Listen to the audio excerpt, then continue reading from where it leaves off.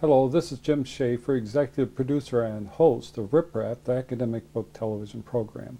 My guest today is Juan. We'll be discussing his research on the Middle East, including his book, Sacred Space and Holy War, The Politics, Culture, and History of Shiite Islam. Welcome to Rip Rap, Juan. Thank you. I was really interested in doing this interview with you because the United States has all these things going on in the Middle East, including the invasion in Afghanistan, then the current war with Iraq. So I wanted to have someone like you, with your scholarship on that region, and particularly the history of Shiite Islam. In your book, you talk about how your work has progressed over 15 years. That's quite understandable because the book is looking at a fluid field of interaction over 500 years, from 1500 to the present. So maybe you could situate our discussion of Shiitism as a socially constructed identity. Then our viewers will have a better understanding of who the Shiites have been and are.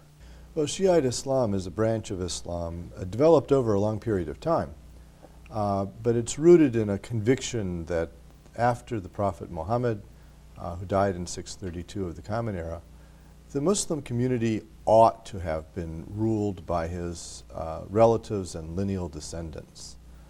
That didn't happen in history. In reality, they were marginalized. And so there's a sense of grievance, a sense that the world didn't turn out exactly right among the Shiites. And then not only were they marginalized, but some of them were killed. Hossein, the grandson of the Prophet, led a rebellion against the Umayyad Empire, which was put down, and he was killed. So the Shiism really centers on mourning, on the blood of martyrs, on the injustice of this world, and a hope for millenarian future justice. It said, when the promised one comes, the world will be filled with justice just as it is now filled with injustice. So things will be turned upside down. And that sense of mourning, grievance, marginalization, and yet millennial hope was very defining for Shiite Islam in its first centuries. From about 1500, however, you have the rise in Iran of a major Shiite-ruled state. And over time, most of the Iranians become Shiites. And that's a very different kind of identity in which it's the majority identity in which it's come to power. And ultimately, over time, then not only are there Shiite kings and a Shiite kingdom in Iran, but from 1979 forward, you have actually an Islamic republic ruled by Shiite clergy. And that's yet another kind of identity in which one is encompassed in a clerical framework. You talk about the evolution or transition of Ayatollah Khomeini and the role of the clerics in running the country. Well, yeah, the Shiite clergy, as it grew up historically, had been hobbyists in the early period. They were people who just took a special interest in learning about religious texts and trying to get to the bottom of things, to find the biographies of the Prophet and his descendants as guides to a moral life. But with the rise of a Shiite state in Iran in the Safavid period from 1501 forward, the Shiite clergy gradually became junior partners in the state. They were appointed as court judges. They were appointed as advisors on law to the state. Even their Friday prayers were places where the king was mentioned and praised before God and the congregation. So they were incorporated into the state in a way as teachers, as judges, as preachers. However, they never ruled, and they never thought that they would rule or should rule, as far as anyone can tell. And if anyone among them had suggested that they should rule, of course, the king would have cut his head off. But from the late 1960s, Ayatollah Khomeini came up with this idea that in reality, the Shiite clergy ought to be ruling the country. In your book, you talked about the Shah and the attempt he made to modernize the country, and how that didn't work out so well. Modern Iran, 20th century Iran, really has been an arena in which Iranians have grappled with the implications of modernity.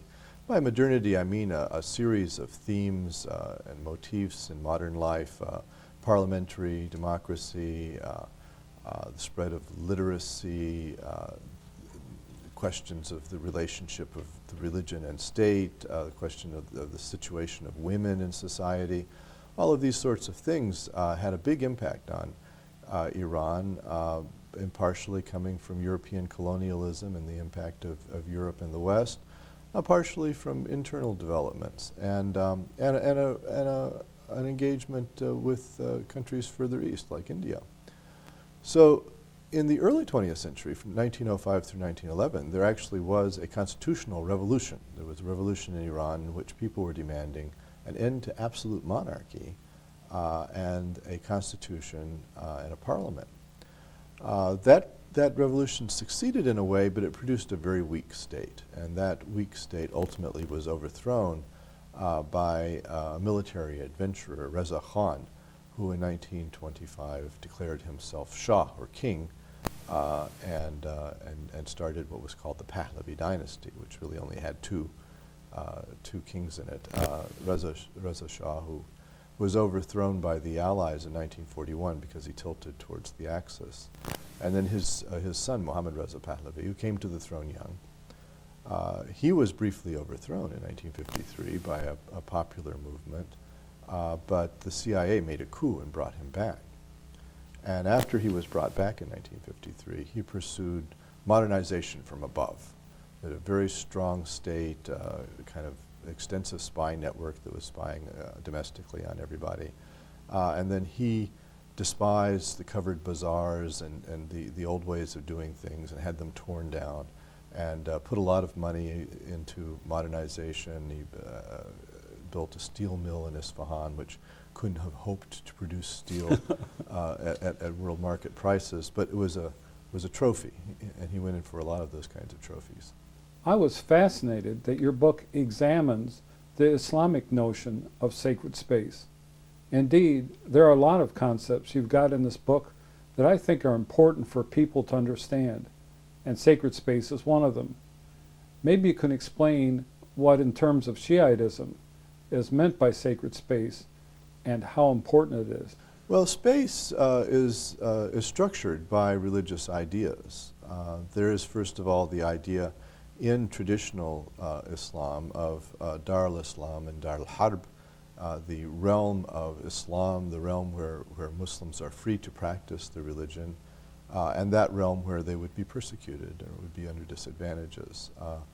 And then within the realm of Islam, the Shiites are a minority, and so a good deal of it is controlled by Sunni Muslims who might not be sympathetic to the Shiite branch of Islam, might even persecute the Shiites. And so then you have the Dar al-Shia, the realm of the Shiites. And as I said, from 1501 forward, this is in Iran, but then there are, at various times and places, other Shiite kingdoms. There were several in India where Shiites did feel comfortable in practicing their religion, didn't feel at a disadvantage. And then, of course, within the realm of the Shia and even in these other realms, there are places that are sacred. The shrine of Imam Hussein, the grandson of the Prophet who rebelled against the Umayyads and was killed. The shrine of Imam Ali at Najaf. Ali was the son-in-law and cousin of the Prophet and is considered in Shiite Islam the first of the Imams. So these shrines became cities, and they are now south of Baghdad, about an hour's drive in ordinary circumstances, and in each case. Najaf and Karbala are major pilgrimage sites, and people go there to be near the Imams, to study, and to be buried. The area around Najaf has 1 million graves, or maybe 2 million graves. This is a huge, it's called the Valley of Peace Cemetery. and people have been brought there from all over the world to be buried near the shrine. This is again, an aspect of the structuring of sacred space. And so when the U.S. Marines were fighting in Najaf and bombing, and the U.S. Air Force was bombing the Valley of Peace Cemetery in spring of 2004, it was a source of extreme anguish throughout the Shiite world, and there were major demonstrations in Beirut, in Islamabad, in Bahrain, in Iran against this, because they felt that the sacred space of Najaf was being invaded by non-Muslims. I'd like to have you comment on the fact that it's a very, very serious issue when the sacred space is invaded, especially in an improper way. Yes, well, as you got away from Najaf, it looked to a lot of Muslims, and not just Shiites, as though the United States were attacking an Islamic holy place. In fact, of course, it's a more complex story, because the elite of Najaf, the shopkeepers and entrepreneurs and the landlords, wanted the U.S. to clean the city out of these thuggish militiamen following a demagogue named Muqtada Sadr, who had kind of taken over the city, and they weren't from Najaf, they were from the slums of East Baghdad. So they, I think, really were not very unhappy to see the U.S. take care of those militiamen, although they hadn't bargained with the ways in which the U.S. would use air power to damage downtown Najaf, and they destroyed a lot of hostels and places that pilgrims stay and establishments. But from the outside, from outside Najaf itself, this was seen generally in the Shiite world and to some extent in the Sunni world as a U.S. desecration of this sacred space. And it shows the difficulty for the United States of trying to essentially rule and occupy a Shiite area, is that they're always normatively at a huge disadvantage.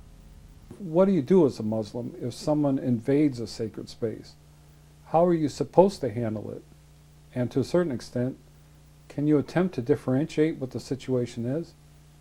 When I saw the videotapes on television of U.S. military people going in the mosque and raiding it, I really wondered how the people who worship at that mosque must feel and what they think ought to be done. Well, there are rules for how mosques are to be treated. One's to take off one's shoes if one goes in. Muslims in different parts of the world feel differently about non-Muslims going into mosques.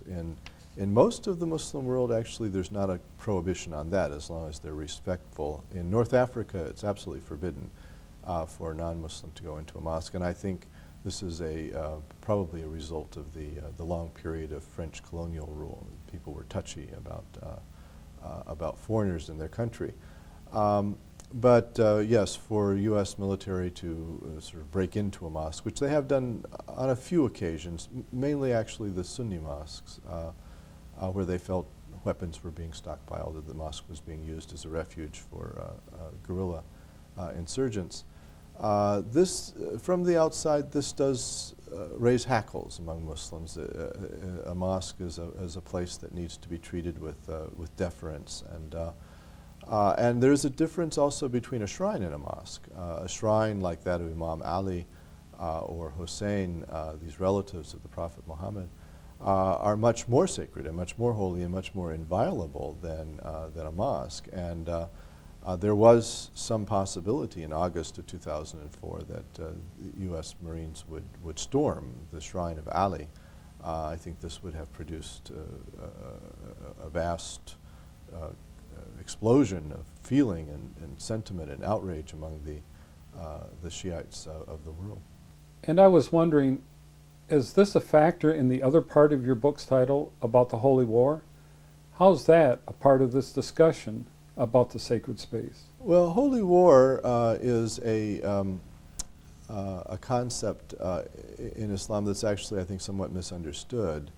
The Quran, the sacred book of the Muslims, instructs Muslims to struggle for the faith, to exert their energies on behalf of the faith. And the word that's used for that struggle, for that exertion, is jihad. So it doesn't mean necessarily fighting a war, being violent, although it is a feature of Islamic law that if the Muslim community feels that it is under attack, if it's being assaulted by outside forces and is in danger, then it is a general duty of Muslims to defend it through, if necessary, through violence. And so that's another form of struggling for the faith. It is generally the case in proper Islamic law that one may not wage offensive jihad or offensive holy war without the permission of the ruler. And in Shiite Islam, the mainstream tradition of law has been to say that since after the 9th century or so, there were no longer any certified descendants of the Prophet Muhammad who should be ruling the Muslim community, that until the promised one comes, there is no permissible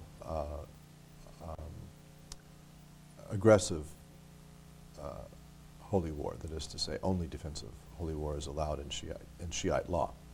So even in Sunni Islam, only if the properly constituted authorities command it can an aggressive holy war be fought.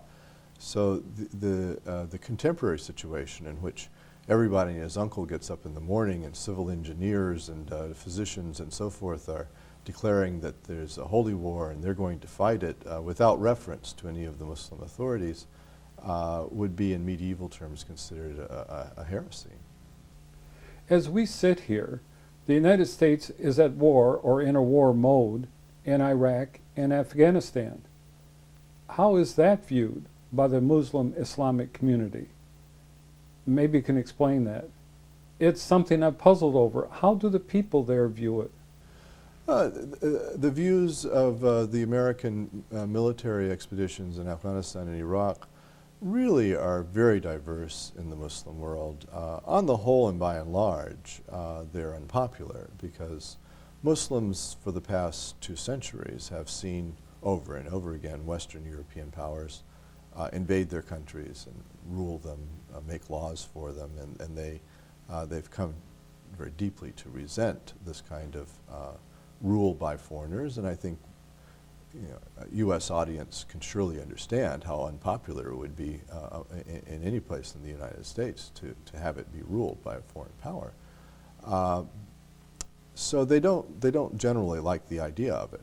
But then once you begin getting beyond the idea of it to the practicalities of it, the situation is much more diverse. For instance, the Taliban in Afghanistan were extremely unpopular. And among most Afghans, they were kind of seen as, like Mussolini, they made the trains run on time. They provided a certain amount of order to society. They cut down on just petty theft and looting. But then they were themselves extremely oppressive and occasionally committed massacres. And in a cosmopolitan city like Kabul, they were just despised. And so a lot of Afghans were really happy to see the end of the Taliban, and if it had to come through a foreign intervention, then so be it. And likewise in Iraq, Saddam Hussein's regime was extremely oppressive, and we all know he gassed the Kurds and he massacred Shiites, and sometimes in the tens of thousands. And so a lot of Shiites were really happy to see him overthrown by the Americans, and likewise the Kurds. And so the real issue is not the intervention itself, I think, but then the future. And in both countries, Afghanistan and Iraq, I think were the United States to attempt to maintain a long-term, visible, significant presence in those countries, it's going to cause a lot of trouble. Already 80% of Iraqis are saying in opinion polls that they want the U.S. troops out now. And I think the situation in Afghanistan is a little bit different, but it could easily go in that direction. I was fascinated with the complexity of the narrative you developed about what is there in the Middle East, with those who practice Shiite Islam, both in terms of the religion and the region. For example, in Iraq, you have the Sunni and Shiite and the Kurds as the major ethnic groups. But there is this complexity of the ethnic composition and configuration that really has to be understood to fully comprehend the dynamics of power and how those play out. Yeah, and these identities are fluid and change over time, and sometimes some identities are foregrounded rather than others. For much of the 20th century, the Shiite-Sunni divide in Iraq has not been particularly important. People didn't organize themselves so much in that way. You go back and look at the newspapers in the 1940s and 50s, you don't see in Iraq, Shiite-Sunni riots or that kind of disturbance. There was a big communist movement in Iraq which united people across sectarian lines, and a lot of Shiites were communists. The Ba'ath Party, which was a secular Arab nationalist party, attracted a lot of people from various backgrounds, Christians, Shiites, Sunnis.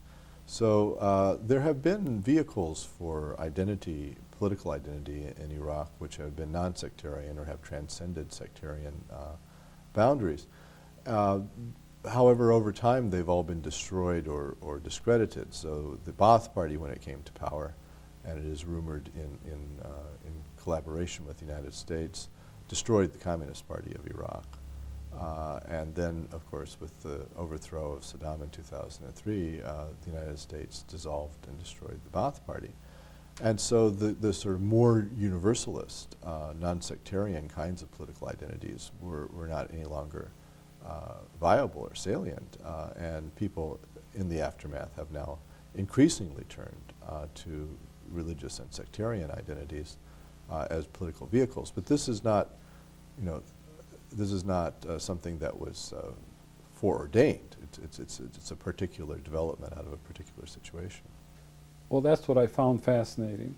As you point out in your book, Eastern Arabia, or the Gulf region, has not been studied as much, particularly in the arena of contention between the Sunni and Shiite.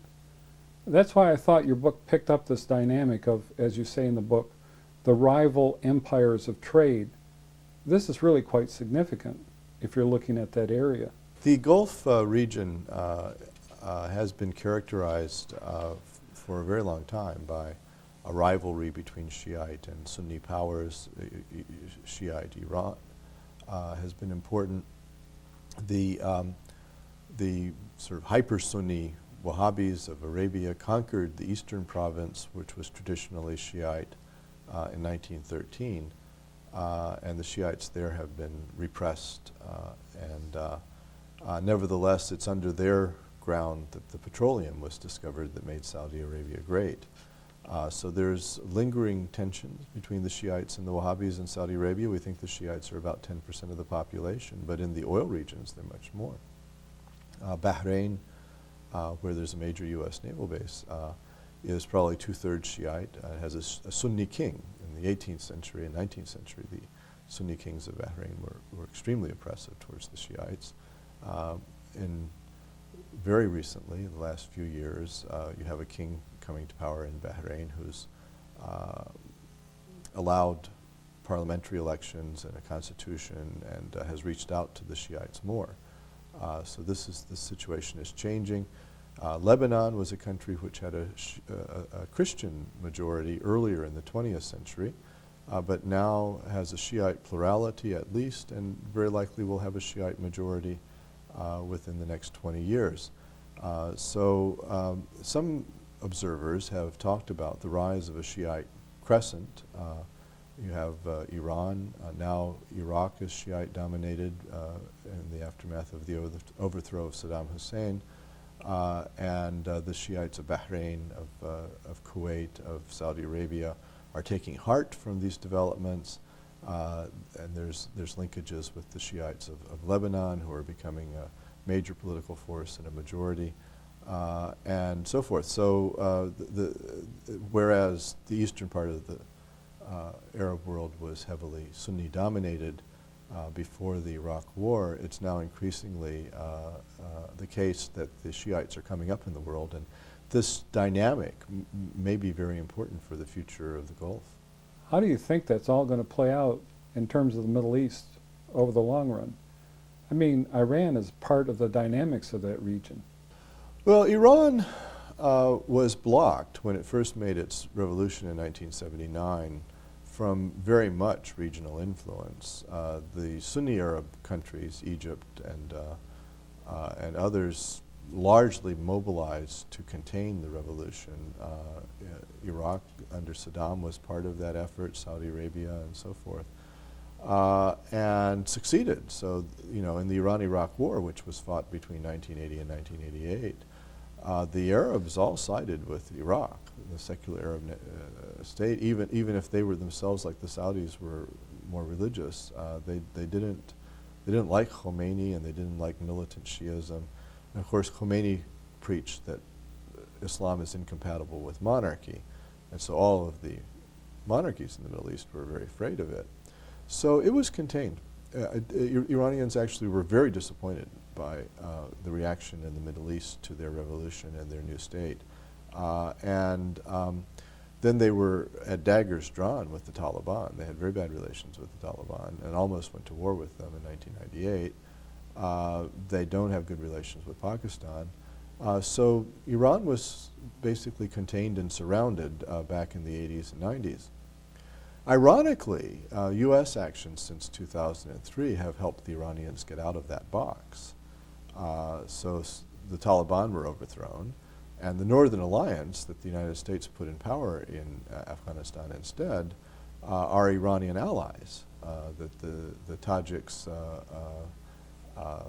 Rabbani and others, the Shiite Hazaras, the Uzbeks, these were all getting money and help from Iran before. So basically Iran has a lot of friends in Kabul now, which it didn't before, and the Pakistanis are very upset that the United States has basically flipped Afghanistan over to being an Iranian sphere of influence. And then Saddam had kept a lid on the Iraqi Shiites, but he's gone. And in the January 30th, 2005 elections, the religious parties among the Shiites came to power. The Dawa Party, the Supreme Council for Islamic Revolution in Iraq, which had been based in Tehran since 1980 and only came back in 2003. Juan, thank you for appearing on Rip Rap. Your book is a very important and significant contribution to understanding that very complex and controversial area. We need to understand that region better, and I think your book on sacred space and holy war helps us do that. Thank you very much, Jim.